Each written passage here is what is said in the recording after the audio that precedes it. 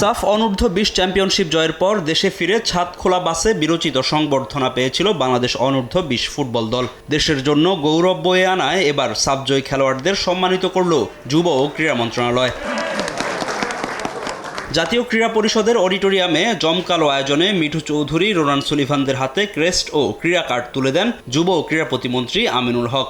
সরকারের পক্ষ থেকে সাফজয়ী দলের প্রত্যেক সদস্যকে দেওয়া হয় 1 লাখ টাকা করে অর্থ পুরস্কার।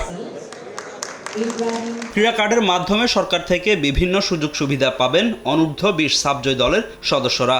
বয়সভিত্তিক সাফের এই শিরোপা প্রধানমন্ত্রীর হাতে তুলে দিতে চান অনূর্ধ্ব-20 দলের অধিনায়ক মিঠু চৌধুরী। নতুন সরকার গঠন হওয়ার পরে এই প্রথম ফুটবলে কোনো সাফল্য আমরা অর্জন করতে পারছি।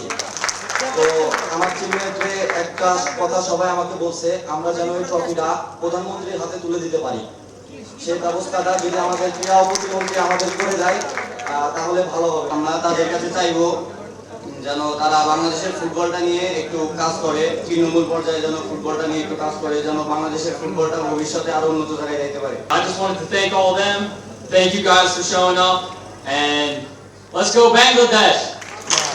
ফুটবলারদের দাবি মেনে নিয়েছেন যুব ও ক্রীড়া প্রতিমন্ত্রী আমিনুল হক। দ্রুতই প্রধানমন্ত্রী তারেক রহমানের সঙ্গে ফুটবলাররা সাফ জয়ের আনন্দ ভাগ করে নেবেন বলে জানান তিনি। সেই সঙ্গে ফুটবলকে তৃণমূলে ছড়িয়ে দেওয়ার কথা জানান যুব ও ক্রীড়া প্রতিমন্ত্রী আমিনুল হক। আমি আমাদের সভাপতির সাথে কথা বলেছি, আমাদের ফুটবল ফেডারেশনের তাবিদ আওয়াল, আমরা দ্রুতই ইনশাআল্লাহ আমাদের মাননীয় প্রধানমন্ত্রীর কাছে আমরা এই অনূর্ধ্ব-20 সাব চ্যাম্পিয়নশিপের সেই ট্রফি আমাদের মাননীয় প্রধানমন্ত্রীর হাতে তুলে দেব। তৃণমূল থেকে খেলাধুলা ফুটবলকে ছড়িয়ে দেওয়ার জন্য এই জন্যই কিন্তু আমাদের নতুন করে স্পোর্টস আমরা আগামী 30 এপ্রিলে শুরু করতে যাচ্ছি। সাফ জয়ের পর এবার লাল সবুজ যুবাদের লক্ষ্য অনূর্ধ্ব-20 এশিয়ান কাপের মূল মঞ্চে অংশ নেওয়া।